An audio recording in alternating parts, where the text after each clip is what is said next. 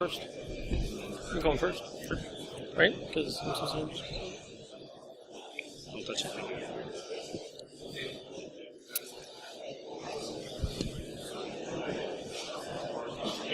Go. Ready? Yeah, go ahead. All right, we're going to go ahead and get started. Oh, that's loud. So this is Passing the Torch, Old School Red Teaming, New School Tactics. I'm Dave McGuire. I lead a team over at Varus Group. We call it the Adaptive Threat Division. We do pen testing, red teaming, threat replication, that kind of thing. Previously, I was over at NSA's red team. I think there's a couple people in the audience from the same place. I developed a couple classes, mainly taught at Black Hat, pen testing and red teaming. I'm Schroeder. I go by the handle Harmjoy. I'm the chief security researcher and red teamer for the Adaptive Threat Division under Dave. I'm a co-founder and one of the main developers for the Veil framework. And I always ask this now, but how many people use Veil Evasion or one of the other tools in a regular? That's awesome. So I talked at ShmooCon with Christopher Trunser, the other developer, on AV Evasion with the Veil framework and released a new tool called Pillage at DEF CON. So I wrote most of the PowerShell stuff in the framework, which we're going to heavily go over today. And I'm an active Cortana and PowerShell hacker. Cool. So kind of real quick, what we're going to go over today. We have a lot of material. We're hoping, we don't have to rush through stuff. We're kind of going to get everyone on the same page, go over pen testing versus red teaming, kind of our interpretations of it. We're not claiming to create some universal definition. We're just, trying to get you to see it from our perspective. We're going to go over red teaming in its different forms versus red team operations. Again, kind of our interpretation. Then we're going to go over 5 kind of tactical areas that you can perform on a red team and also how some of this tradecraft can be pushed down to pen testing. We're not going to go over complete steps for an op. There's missing points here. There's missing kind of pieces. This isn't a complete chain, but these are the areas we wanted to focus on.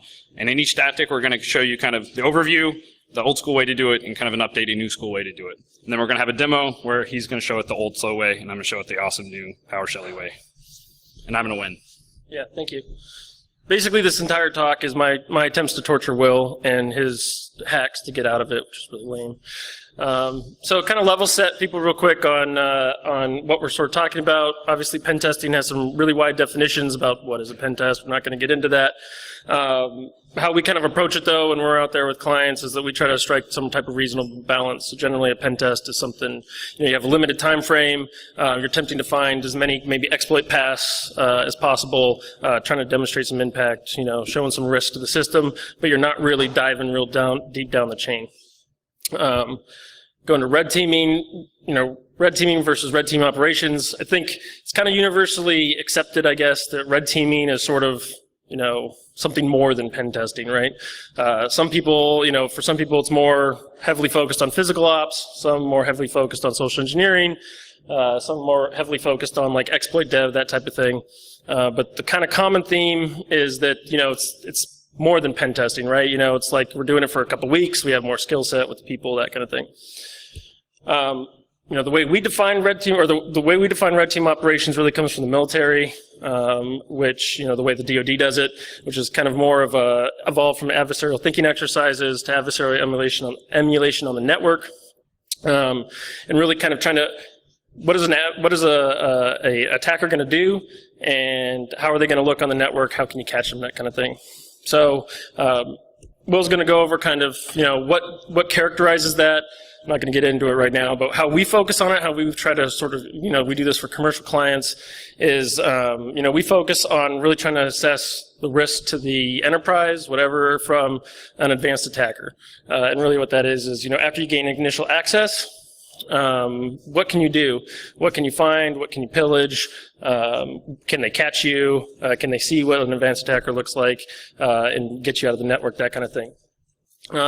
One note, in most of the networks we do this in, they're Windows-based. That doesn't mean that we love Windows, although you'll see everything is Windows-based today. And that's just because 99% of the corporate customers we have, when you get into their corporate environments, they're Windows-based. So that's what we focus on. And we love Windows. I just had to get a slide in there that said cyber kill chain. So Everybody has to drink. Yes, please drink now. The purpose of this is kind of just a methodology for post-exploitation, analysis in a red team environment. What we're trying to show here is this is nothing new. Everybody does this. I think that, well, I don't want to say everybody does this, but it's done a lot, but it's not, what do you say? Oh, okay. It's just done a lot, and it's nothing new, but the way that you do it maybe is. Cool. So kind of historically, a lot of these red teams have been defined kind of really specifically by the use of specialized tool sets, often more advanced than what's out there in public. And most of the time, the way they could get this advanced tech is you have a really large team size, you have a lot of money, and you have a really kind of extended time frame. That's how the really advanced attackers do it. You have to be able to fund this stuff and get the good tech. Our kind of interpretation is we want to push down some of that stuff and kind of bridge the gap a little bit from the pen testing to the military style red teaming. So our interpretation really is more about the emulation of techniques independent of the exact tool sets. You don't need some piece of malware from some country outside the United States to, at least kind of approximate some of these actions. And also, newer tools that have been released, things like Cobalt Strike's Beacon, Immuni's Innuendo, to things like Mimikatz, Incognito, PowerSploit, all that type of stuff. Some of these new tools provide previously specialized capabilities. So the kind of the open source tech is definitely advancing and lets us do a little better simulation. And again, like David mentioned, these techniques, we're not dropping something that no one's ever seen before. These techniques are public, but they're maybe not as well known as they could be or should be. Admins are always going to admin, users are always going to use. People are always going to take shortcuts in the whole usability versus security debate.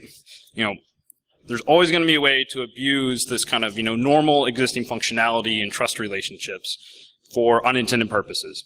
And one of the key kind of themes we have in this presentation that we really want to push is that everything here, like the underlying tactics, are all possible through multiple means, whether it's through VB script, PowerShell, which can make it a bit nicer and automate some stuff, but you can still do the same stuff using C, the Windows API, native tools. We like the term offense in depth, to where if you have a tool that breaks, or maybe PowerShell is disabled, or AV catches you or something, you always need to be able to drop to an alternative to achieve the same goal. So the first tactic, situational awareness. We have a Marine storming the beach. David insisted it be a Marine. He originally had somebody in the Army, which makes absolutely zero sense. The whole point with situational awareness, after you landed, you land on this beachhead, you have your one agent that's going over the network boundary. You want to orient yourself and get as much information as you can in order to facilitate additional compromise and lateral movement. So you get the situation awareness in order to plan your next steps. Again, there's nothing revolutionary here. The more information you can gather, the more successful you'll be. Host information, domain information, and all that. Figure out the network architecture. Pretty basic stuff.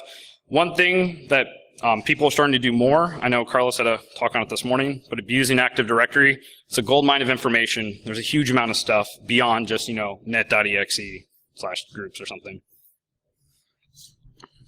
So I'm going to talk about net.exe now. All right, so we get access on a box. We want to learn a bunch of information, more than what's here, but a couple pieces that can be really key for us moving further in is getting information about users and groups in the domain, so that we can get some more information about where we might want to target next. We're also going to want to get information about hosts we can see, so that we can start thinking about laterally moving, what else high-value stuff is out there, and we want to get some specific information about those hosts. And just what we want to show on this slide is that you could do everything I just said straight with net.exe just a straight shell. So. Again, driving more into it, where do we want to go? Well, what we really want to target is high-value users and their workstations. Because if we could get on their workstations, we could drop keyloggers, we could see where they go, we could see where they might have drives, all kinds of fun stuff, right? And so, easy way to do this is to kind of abuse the net session functionality in Windows, where we can find the users that are logged into a system and the workstations that they're on. And you can just, how do you do that? Well, you probably want to target their file servers, places where everybody's connected to, because then you could dump that information from them. You do something like just net use on your current user, right? You look at the drives that are mapped, hit those hosts up with something like netsesh, which has been out for, I don't know, 10 years, and it'll just dump all that host information to you. And now I got we matched that up against our user list we already did, and now we got high-value users and the workstations that they're on. So a lot of the stuff that David just talked about, some of it was kind of wrapped up into a project released by Rob Fuller, Movix, netview.exe, which was actually dropped at DerbyCon 2 years ago here. It's a C++ tool that enumerates systems using Windows API calls. So it'll do, sessions, logged in users, shares, and all that kind of stuff. It'll dump all the stuff in the domain, shoot through it really fast. It spits out a lot of traffic. Now it did a poll, and there's a little more functionality for checking share access and doing, delays and jitters and stuff like that. But again, kind of just wrapped up a lot of the stuff that David talked about into one kind of nice tool you can drop. The newest tool, though, using PowerShell. PowerShell has some great Active Directory hooks already within it, and it has multiple ways to access the Windows API as well. One of the projects I'm going to be talking a lot about is PowerView, which is a situation awareness tool in PowerShell I wrote that implements a lot of this functionality without having to remember all this syntax. It has a full replacement for all the net.exe commands in case that's blocked. It has a full port of netview.exe with additional options and things like that. So these two functions I use the most on pen test and some red team engagements. So there's two ways that you can hunt for users on a network. Again, doing everything David said, but instead of doing it all by hand, just having a point click, having something chew through all the results and do it for you. The invoke user hunter, it'll enumerate all the machines and do those same kind of API calls. The big differences between these two is invoke user hunter will actually touch every single machine on the network. This is much noisier, but you're going to get better coverage. The stealth user hunter does what David had mentioned, where it'll extract all the file servers from AD, all the user home directories, and do a sessions against each. This is much, much quieter. There's only a few, calls to a few SMB calls to a file server. And you're able to get pretty good coverage where a lot of people are logged in on the network. By the way, funny story on PowerShell or PowerView is pretty much everything Will develops he did because he was pissed off about something, and we had a client that disabled net.exe, and Will's like, screw that, and he wrote it in PowerShell, so it's sort of funny. It's the way he writes tools, angry. All right, so yeah, he rage codes. All right, so second tactic is kind of abusing domain trust to move laterally around the network or the systems or subsidiaries or whatever. It's sort of like abusing individuals through trust falls, I guess. I don't know. He's the one who put the picture. So quick real down and dirty intro to Windows domain trust for anybody who's not familiar. Is trust basically allow you to set up two entities to set up trust between each other so they can access each other's resources. You may do that because you have different business units or subsidiaries that merge. Who knows? Another key thing to note as you're going through, looking at trusts, is that all they do is allow potential access into a domain. They don't allow, not every user from everyone can access it. You have to set that up too. So you can't get too excited when you see like trusts there. You're like, yeah, I'm everywhere. No, not quite. And they're just another method to move around the network and abuse Windows functionality. We do that a lot. That's why we love Windows, to hurt it. So trust kind of come in three different varieties. I trust Will, Will and I trust each other, or I trust Will trusts somebody else, so I trust somebody else, right? Yay. It's important to note too, if you see forests, and we'll talk about forests a little bit with PowerView and how you can move around them, but trusts are implicit within a forest. And like I said, you could go over probably a 30-minute or hour-long conversation about this, but we're not going to. So Will has a pretty nice blog post he just put up that talks a lot about how we abuse trust relationships. All right, so why does it matter? Like I said, moving around to different business units, I get in one place and I want to start migrating to maybe more secure domains. Something we see a lot is when they have multiple security levels, they segregate that by domains that are in the same network. And so you're like, I have my secure domain and my not so secure domain, and then they set up trust between them because that's a good thing to do between security levels. And then you get to the higher security network through the trust relationships.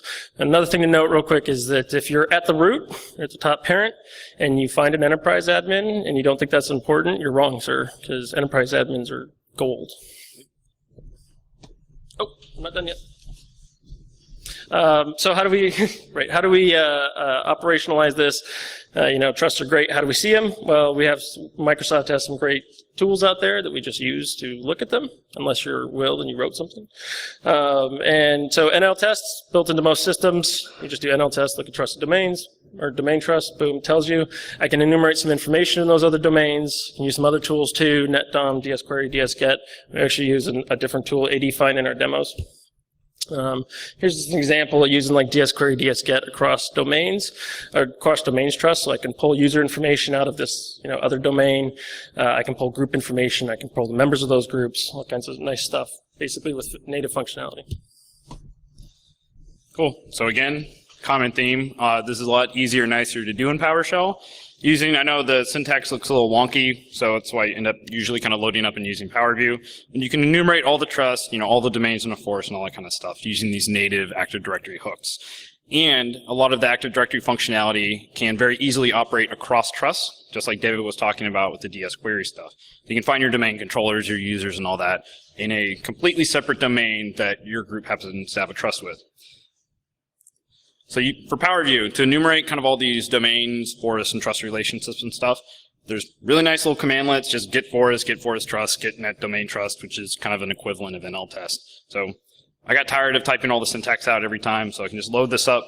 There's a lot of options. I tried to make it, I think it's easy to use, but David doesn't. So if a trust exists, most functions in PowerView can accept a -domain or a -forest flag. So you can operate all the normal functionality across a trust. Get all your domain controllers, get all your users, with complete Active Directory objects, all the user information, searching the fields, running NetView, all that stuff will function really nicely directly across the trust that you can enumerate. Cool. So the third we're going to go into, escalation and pivoting. We have our little screenshot from Friends, I think. Will really likes Friends. Oh, so kind of moving beyond the beachhead. Now that you've mapped out your network, you've really kind of abused Active Directory and gotten a bunch of user information. You've mapped your domain trust. You want to see kind of what mischief you can get into. Where can you move laterally? This is why we love Windows, because it really facilitates lateral movement. The first step usually involves escalating the system on your target. If you want to play with LSAS, if you want to steal tokens, impersonate users, and do all that, you need to be running in God mode on the system. All right, so from an old school perspective, we haven't always been able to type get system, and we still can't really. You're not always going to be, or you often are not going to be able to just drop some privileged escalation exploit on a box unless you're cool and have 0 days. And so how do you go and escalate the system when you don't generally just give up? We find one of the most effective ways to do that is to do things like look at big organizations like to, for some reason, write their own services. Their IT support guys, it's like their thing to do. So you see all these custom services that have been deployed in these large organizations, and a lot of times they haven't secured them properly. So the way you go about that is that you then look at all the services and where all their executables are, then manually go through every folder and check the permissions and on the files and the folders, or you do what Will did. It really made me angry because I've been trying to torture him a lot, and he keeps writing tools that get around my torture. It's annoying. Anyways, once you get system though, what do we want to do? We want to get user credentials so that we can move around or user access so that we can move around to different systems on the network. And how we primarily do that is probably through tokens. I'm not going to go a lot into tokens, but what we really want is delegation tokens, which means somebody logged into the box. They give us nice access that we can then migrate around to other places. There's lots of ways you can attempt to do this, like call the help desk and then try to get them to log into the box, or whatever. Once we do that, though, we get them to log in. We got tokens. We can we can take those. There's lots of functionality out there. Pretty much every framework, commercial, otherwise, has the functionality to steal Windows tokens. Obviously, the most popular out there is Incognito. That's what pretty much everybody uses today, I think. And you can also just migrate into a user's process. Easy way to nab their token. So, again, David keeps saying, I keep writing these tools because he makes me go on assessments and do this stuff manually the old way, and it gets really annoying. So Power Up is the result of one assessment, or it's a PowerShell tool that automates a lot of these privilege escalation vectors that we were just talking about. The invoke all checks function will run every specific check in the entire script, which will check for vulnerable services, vulnerable service executables. They'll always run elevated, all that kind of stuff. Like the encyclopedia Privask just like went through after I wrote it and tried to implement as much stuff as possible. And one thing we didn't kind of mention yet, what's nice with this is that you can stay entirely off of disk with PowerShell, and it's AV safe and all those nice normal reasons that you should be using it for post-exploitation on Windows. And also there are functions that will allow you to abuse whatever you find. So if you find a vulnerable service, you can abuse it to add a local admin. It's got precompiled service binaries already in the script that will write out and do all that kind of stuff. Again, while not built-in functionality, you can do all this without touching disk. So that's nice. New school for token manipulation, PowerSploit. It's an awesome offensive PowerShell post-exploitation framework. The authors are actually right there. He told me I had to call him by his handle, but it's equivalent to Incognito's functionality, but they implement it purely in PowerShell. It's really nice, but it's the same kind of stuff. You can impersonate tokens, create processes, enumerate everything on the box. Again, I keep repeating myself, all without touching disk. Hopefully everyone here knows what Mimikatz is. If you don't, shame on you. But even better, the PowerSploit guys implemented everything in Mimikatz all in PowerShell. So I'm not going to go into all the Mimikatz stuff, but here you have a way to stay off of disk and let you dump the credentials, play with the Kerberos tickets, and do all that kind of stuff. Create your golden tickets and go have fun. All right. So kind of fourth tactic. There's our funny slide for that. I like it. But fourth tactic, looking at establishing persistence. This is one of the big differences between what you might call a red team assessment and a penetration test, is that we're actually establishing persistence in the network. And there's a bunch of different ways you could go about and do this. But generally, the kind of characteristics you're looking for is you want to drop agents that will call back or persist through reboots. And again, there's a bunch of different ways you can do that, but you also want them to be low and slow, right? You want them to not get you, if your current activity gets caught, those backup agents won't necessarily get caught. And if you're on a month-long or 2-month-long assessment and you're not using persistent agents, life is going to be really difficult for you as soon as somebody reboots. So, that's from a local perspective. From a network perspective, what you want is you want to keep that privileged access that you managed to get, and that's usually through credentials. There's a bunch of different ways that you could do that as well. You could just hang out on admin workstations and just key log them, and every time they log in, there you got usernames and passwords, whatever. So, I got ahead of myself, apparently. Excuse me. Another thing to note that's important from a red team operation standpoint is that stay away from those main servers, stay away from the domain controllers, stay away from file servers, at least putting agents on them, that kind of thing, because that's where people are looking. They very rarely look at workstation land, right? So if you go persist there, hang out, get your accesses, it's a lot harder to remove you from the network because your agents are doing things that they would expect them to do, like call out over HTTPS and that kind of thing. A server shouldn't be doing that, and a workstation could. Well, so a big thing here, this tactic hasn't changed. It's still really good to throw up a low and slow persistent agent that, ideally operates in memory, and maybe you drop kind of an obfuscated version to disk. What kind of has changed a little bit is there have been a wider variety of public tool sets now that will actually let you run these types of more advanced agents with, longer reachback intervals, a lot quieter. Things like Colo Strikes Beacon, Immediate Innuendo, Silent Breaks Throwback. All this stuff is out there, so you can kind of bring a little more advanced capability than you're previously capable of. For on-disk local persistence, this isn't a dictionary persistence techniques or anything. The point here is you can kind of link up some PowerShell stuff with scheduled tasks or whatever else, and get some kind of new persistent options that don't involve always dropping a binary to disk. We like trying to stay off disk as much as we can. Sometimes, though, for reboot persistence, you do need to touch something. But for domain persistence, there's nothing better. The golden ticket, I'm not going to go hugely into this. You should definitely go see Chris's talk at 6 p.m. and watch the Black Hat presentation from all the Kerberos abuse. But if you can knock over domain controller and you can grab the Kerb TGT hash, you can forge your own Kerberos tickets for any user and put them in any group. And for as long as that hash hasn't changed, you can even create users that don't exist and put them in domain admins and access things with it, and there's no record of that user being created, just accessing resources. It's pretty scary. But long story short, if you can knock over a domain and get domain admin, you can own a domain for a long, long time. Think, years. Like, this is a real domain. The Curb TGT account hasn't changed for over a decade.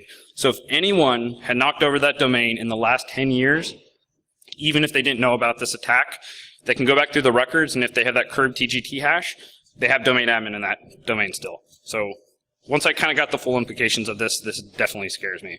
And Microsoft doesn't have a mitigation for it officially at this point, so you're just kind of out of luck. All right, so kind of final tactic we're going to go over is sort of the whole point of what we would call a red team operation, which is actually, there's a lot of files, getting to data, right? We get domain admin, we get persistence, we get all this cool technical stuff, we're high-fiving each other, and we still haven't done anything for the customer, right? Except show them that we can get access. So to really demonstrate risk on a network, you need to get data. In a Windows environment, data is usually files, right? So there's files, lots and lots of files, thousands upon millions of files. And you need to sort through all of these manually so that you can find cool data. Right, Will? Manually? Anyways, there's a few different ways you can do this. Mainly, though, you just, something super simple. You just do like a netview/domain like you saw before, dump all the hosts out, and then just start going through them, looking what shares they have access to, or look at what shares you have access to, what files are in those, or what folders in those shares, what files are in those folders. You got to get the idea. One thing that David didn't mention is that there's kind of two different perspectives for this too. There's data mining and looking for files after you have a large amount of privileged access. And there's also looking for like improperly secured shares or data that you can access as a user for the purposes of escalation. Like most organizations have really terrible share permissions that you can find really juicy, sensitive stuff. But then also once you actually get admin on a file server or something like that through DA or otherwise, you want to try to mine and find the really juicy stuff. Another thing to mention is that folders are really hard to secure, right? So folder permissions, file permissions, they're kind of a pain in the butt to keep up to date, especially in these really large environments with, dozens of file servers, all this kind of stuff. So let's say you don't get DA in an environment. It happens sometimes. You just can't seem to escalate your access. You can still jump around and see what kind of folders you have access to and, find some pretty juicy stuff that makes them think that you hacked them. Like, well, not really. You just viewed your network shares, but whatever. So, once you kind of look at what the shares are, then you need the file listings, the directory listings. You just do a recursive directory listing against the share, dump that all to a text file that's like, a gig or 500 megs or whatever, then pull that back. That doesn't take very long. And then just go through the folders, see what's interesting. Grep for like, I don't know, password, secret, not really, but go through all that stuff, see what's interesting, pull that down, and you make all the new guys do it who wanted to be hackers, and you watch them do that 40 hours a week and break them, or that doesn't work, and then Will screws you. So with PowerView, there's one function that I use a lot to help find these open shares and search for files. So the invoke share finder, it'll enumerate AD for all the machines. It'll get all the shares in every machine that are active in the domain. And there's a check access flag. So this will return just a listing of all the shares that you have read access to in the entire network. Again, this is pretty noisy. We'll kind of smash and grab this on a pen test. We try to do a little more targeted if we're doing long-term engagements. There's options for delays and jitters and, host restrictions and all that kind of stuff. And you can pipe the output of this file into some additional functionality that will do file searching. Once you have shares, this is kind of PowerShell's version of the dir/s, but it's a lot nicer. So this will do a recursive listing on a remote machine and path and spit out a CSV file with the file, with the last access time, the creation time, and the owner. So you can sort the entire thing by last access time. What you actually care about is not files that are 10 years old that nobody's touched. You want to know what people are actually working on. You can also, instead of just dumping every single file and then trying to grep for everything, because those can get really large, you can pass multiple terms in this include flag, which will essentially search file names for specific wildcard terms. So this really kind of pares down what your result set's going to be. And all this functionality, because I didn't want to type this every time, it's invoke file finder, that'll go out and find this stuff. Invoke search files, you can feed it a path, and it has a lot of stock kind of terms like password, secret, whatever, DMDK, and things like that. Last thing I'm kind of talking about.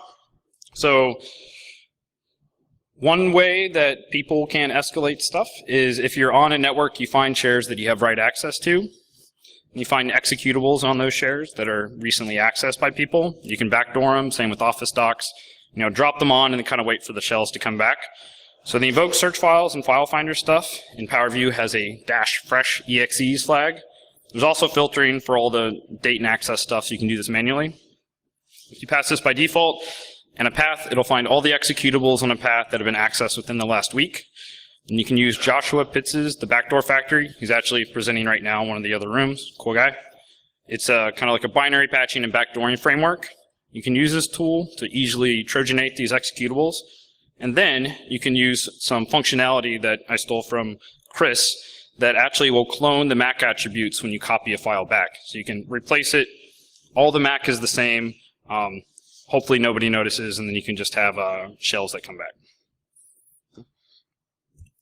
Cool. We're now going to play Street Fighter. I'm Blanca. No. Because I get to be right. Yeah. You gotta.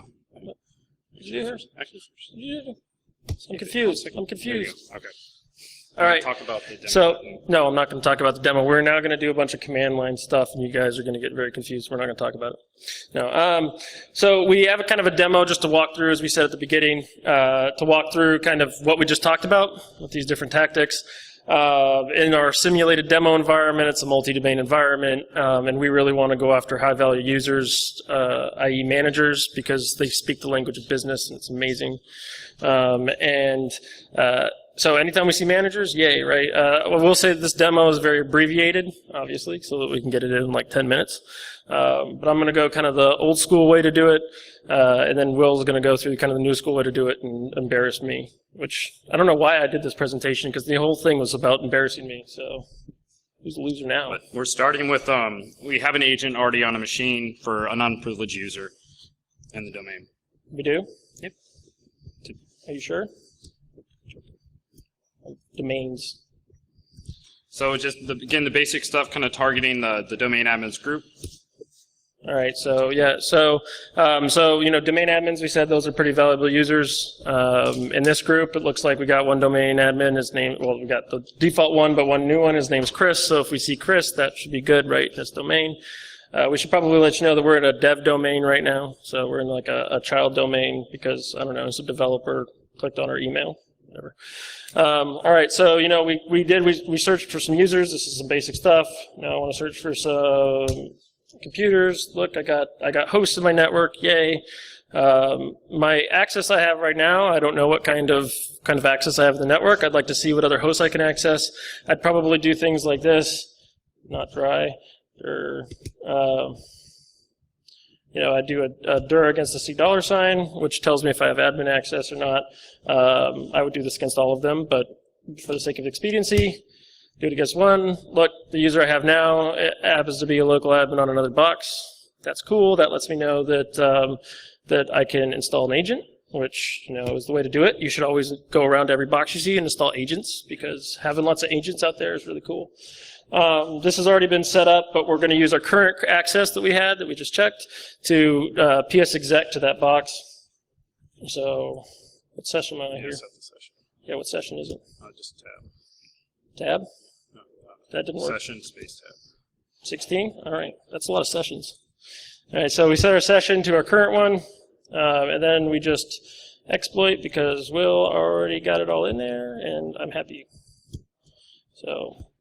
Now this is going to work. I know it's going to work because I have admin access on that box, if I spelled it right. All right, so we use our current user, psexec. We drop a shell. We got access to this other box.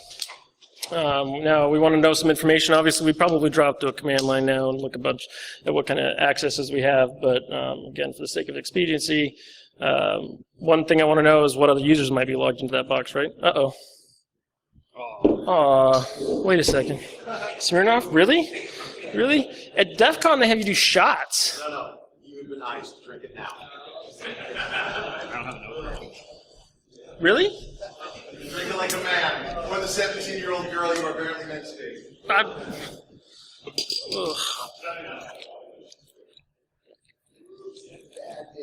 Oh, yeah. Oh, yeah.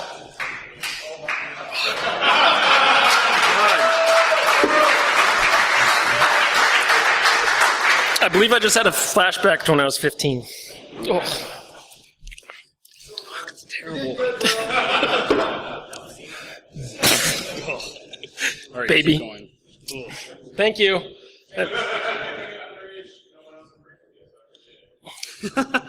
Yeah, thank you. If anybody's wondering, Dave Kennedy and I once almost got arrested because I was feeding him alcohol when he was underage. It is a true story, unfortunately. It was also a long time ago. Anyways, all right, so we see that this guy, Chris, remember Chris? Chris was a cool guy.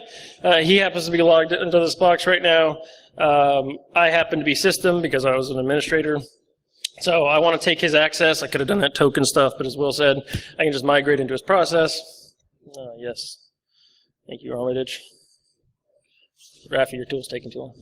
All right, so now I can drop to a command prompt. We can do it right. I'm sorry, now I feel drunk because I just drank a gigantic Smirnoff. What do you say? All right, so look, I'm Chris. Yay! So now I know I'm a domain admin in this domain. I could do whatever I wanted, but what I really want is another domain. Remember, we want to jump to trust because that's what we talked about in this. So we kind of cheated a little bit again for expediency. We dropped ADFind and netsash.exe already onto the box. This is the kit that you would normally have to upload manually. Because along with dropping agents on every box, you need to drop lots of executables.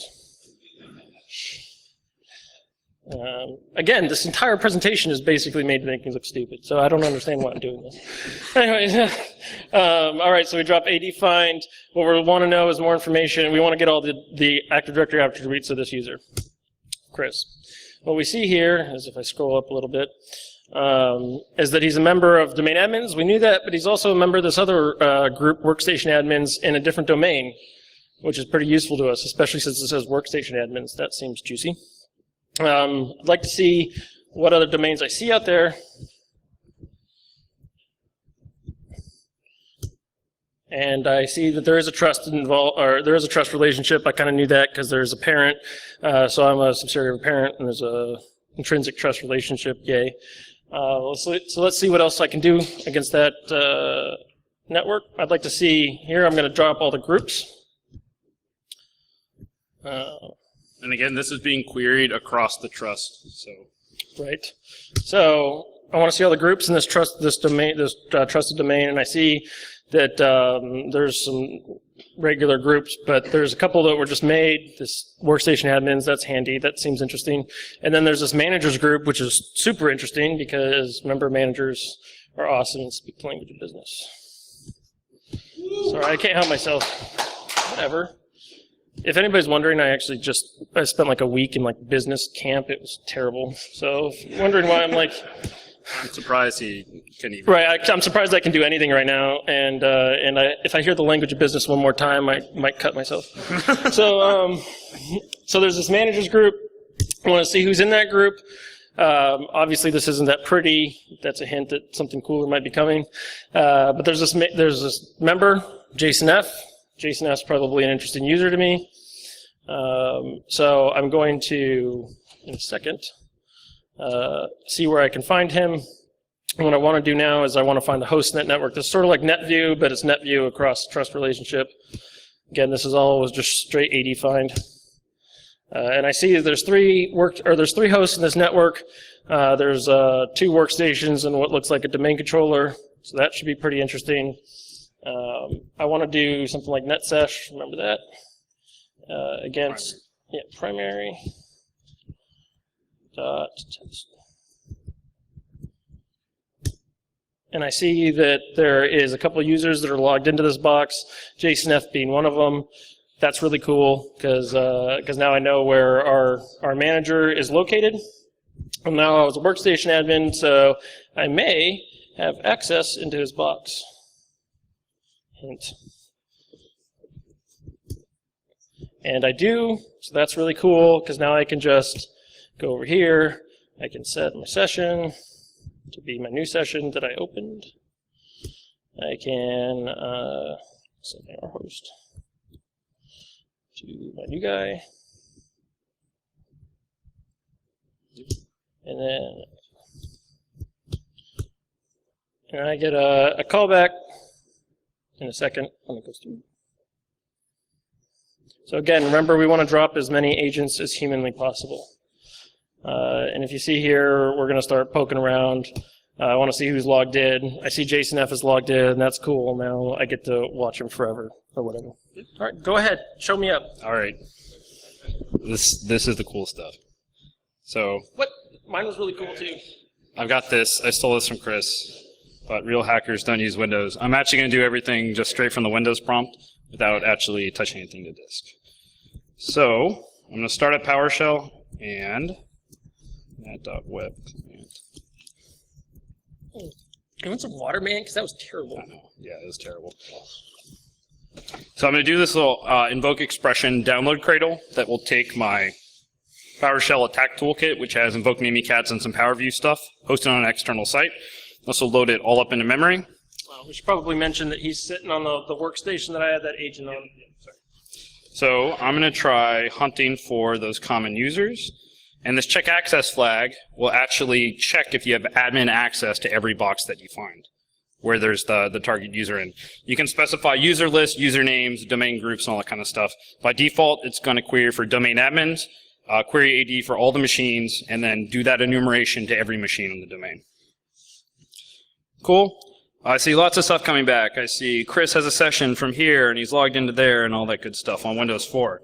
So I'm going to use invoke Mimikatz along with Windows remoting, which is enabled on this domain, which will let me run this PowerShell script remotely on a machine entirely in memory and get the results back.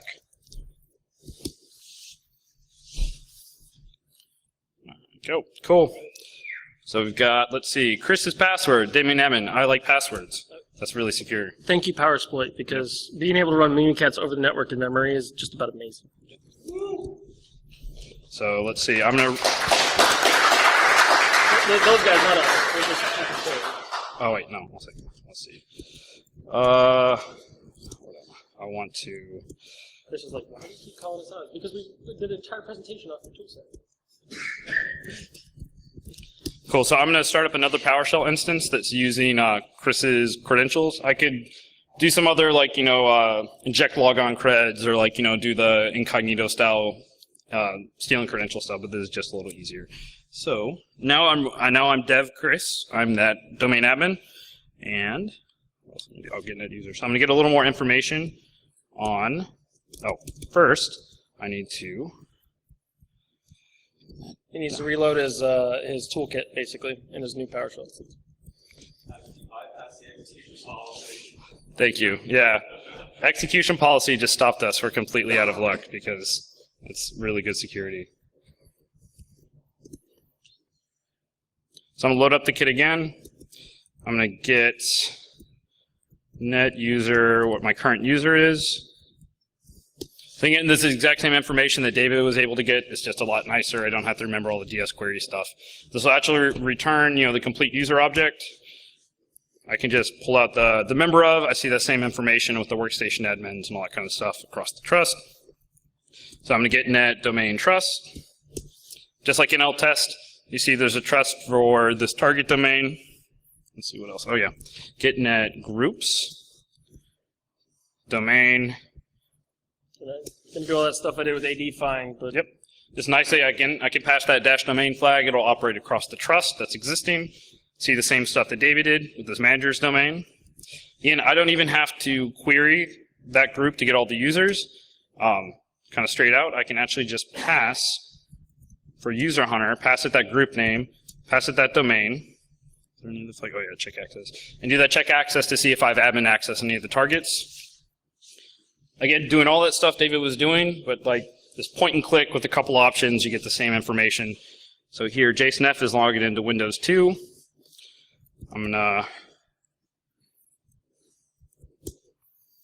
I see you have admin access in the box, and I'm actually going to go a step further and do invoke search files, which will do those recursive listings that I was talking about. I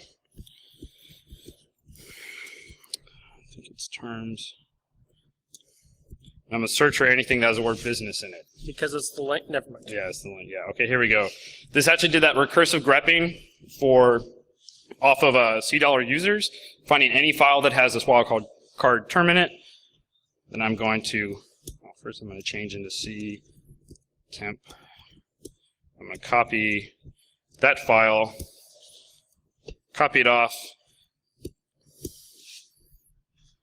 That's the target. Now we have their entire business plan. Yep. Establish economics. Yeah. Cool. Good. And that's pretty much it.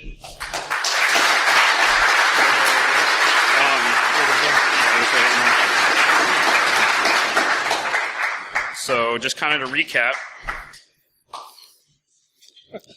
Awkward clap. Just kind of recap. Again, newer tools and techniques can kind of help facilitate in those red team engagements, but the underlying tactics haven't really changed. These things are still really effective. It's also always good to have a backup plan. You know, if PowerShell is disabled or if AV is hitting certain tools or something, you always want to be able to have a backup. But yeah, moral of the story, underlying tactics rarely change. The implementations can. I think the other thing that's important to note is that if you notice, a lot of stuff that he did is really quick, and you're able to bring some of these more advanced tactics potentially that took a lot of steps before. You can bring them more into your pen test, your limited time frame engagements, and really do a lot more in the time frame that you have. Kind of demonstrate how bad they are. And we have some of the offensive PowerShell blogs with obscure security and manifestations blogs to exploit Monday. Dark operator and all that kind of stuff, and some of the tool sets we covered with PowerSploit, PowerView, and PowerUp. We're going to post these slides on SlideShare soon and then tweet out a link to them. So, yep. Cool. Any questions? We have like 4 minutes. Yeah, we have 4 minutes for some questions. No questions. Yes. What kind of trade-offs might you be making into this log? You mentioned staying on this, but what about logging between one and two? So, at least as I understand it with PowerShell now, there'll be like a forensic footprint that you started PowerShell on the machine, but you can't actually introspect within it and see what you were doing inside of it from an incident response perspective. The thing is, like now with newer versions of Windows with PowerShell baked in, admins use it, lots of people use it. You know, there's a version of Windows Server 2012 where you can only use PowerShell to admin components of it because it's headless. So you are going to get a lot of logging if you're going out and like doing file, network share searching and what do you have access to and all this kind of stuff. It's going to generate logs on those workstations, but I hate to say it, we haven't seen an organization yet that collects all of the logs from all of their workstations and then actually puts them together or aggregates them in some useful manner. So yeah, theoretically that would work though. That'd be great. Cool. All right, that's it.